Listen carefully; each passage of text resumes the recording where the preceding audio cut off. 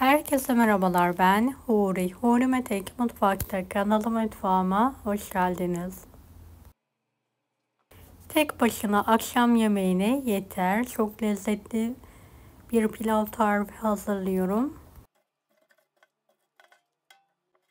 Tarifimi hiç bekletmeden hemen başlıyorum.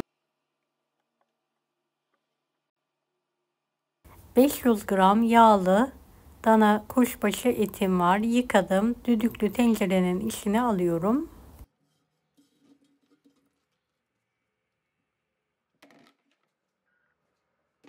Etin yarısına gelecek kadar içme suyu ilavesi yapıyorum. Bir taşım ocakta kaynatıyorum.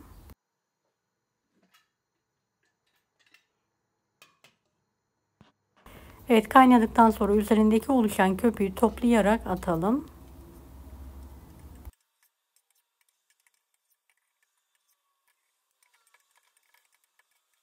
Daha sonra kapağını kapatarak yumuşayana kadar pişirelim. Yumuşadıktan sonra üzerine bir tane küp doğranmış kuru soğanı ekleyelim ve pişirmeye devam edelim.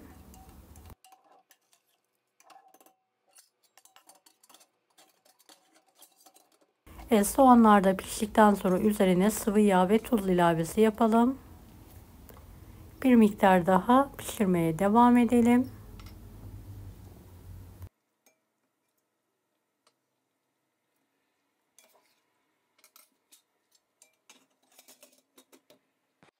Şöyle bahçeden topladığım patlıcanlarım var. Yıkadım. Baş taraflarını kestikten sonra alaca bir şekilde soyuyorum. Evet, patlıcanlarımı şöyle fazla inceltmeden orta kalınlıkta musakka olacak şekilde yuvarlak yuvarlak kesiyorum.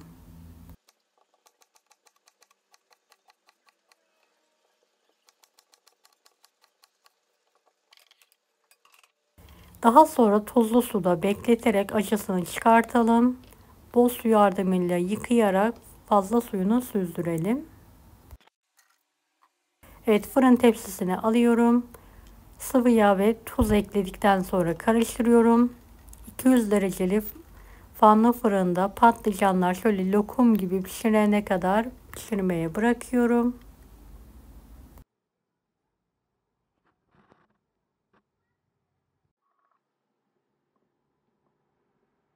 Evet, patlıcanları soğutmayı bırakıyorum. 2 su bardağı dolusu pirincim var. Üzerine biraz tuz ve soğuk su ilavesi yaparak 30 dakika bekletiyorum. 2 tane kuru soğanı sıvı yağında kısık ateşte karamelize olana kadar kavuruyorum.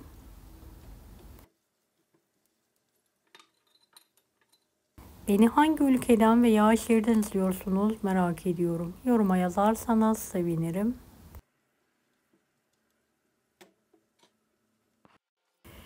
4 tane patatesi orta incelikte halka olacak şekilde doğrayalım.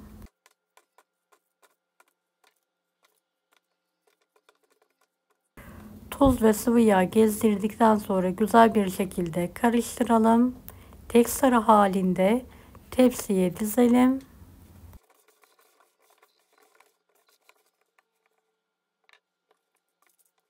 ...200 dereceli fanlı fırında nar gibi kızarana kadar pişirmeyi bırakalım. Şöyle büyük bir tencerenin alt kısmına fırın kağıdı yerleştirdim. Alt kısmına etin suyunu almadan yerleştirelim. Kenar kısımlarına kızaran patatesleri dizelim.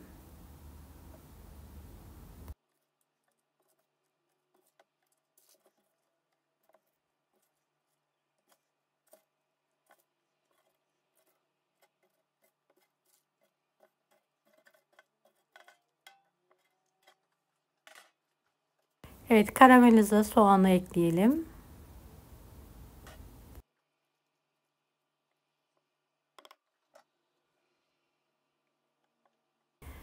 Evet, patlıcanların belli bir miktarını üzerine dizelim.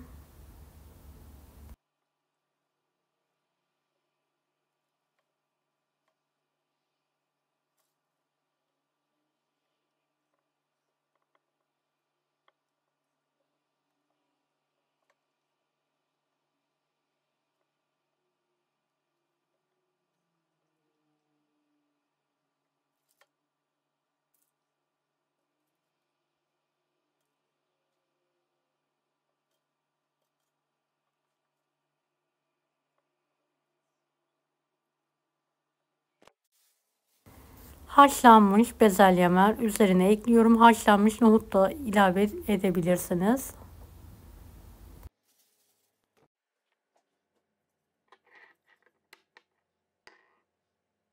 Tuz ve karabiber ekliyorum.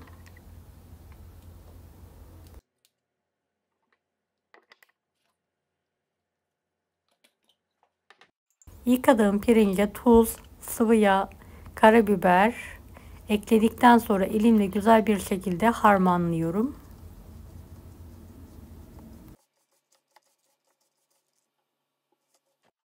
Evet, pirincimi üzerine ekliyorum.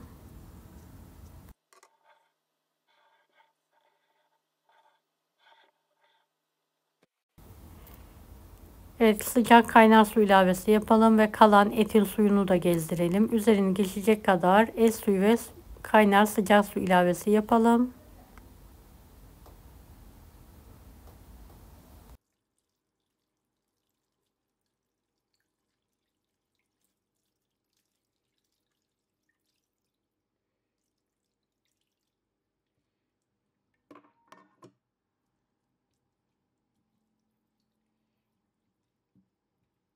Kapağını kapatalım. Şöyle fokur fokur kaynadıktan sonra 30 dakika orta ateşte pişirelim.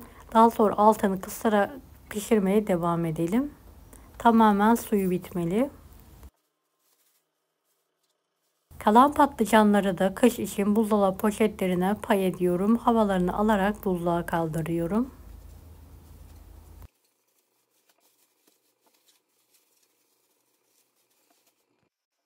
Evet, suyu hafif bir şekilde bittikten sonra üzerine tereyağı eriterek gezdiriyorum. Kapağını kapatıyorum. Tamamen suyu bittikten sonra dinlendirelim. Dinlendiğimiz pilavımızı servis tabağına ters çevirelim.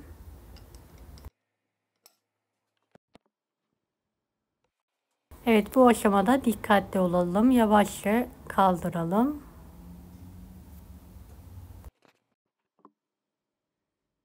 Evet, tek başına akşam yemeğine yetecek olan bu şahane pilavımız yemeğe hazır.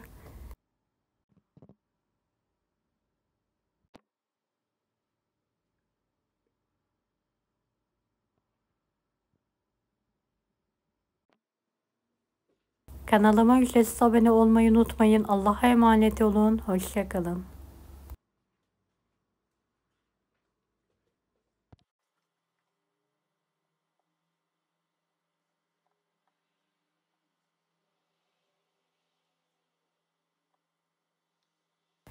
Daha farklı tarifler için bunları da izlemeyi unutmayınız.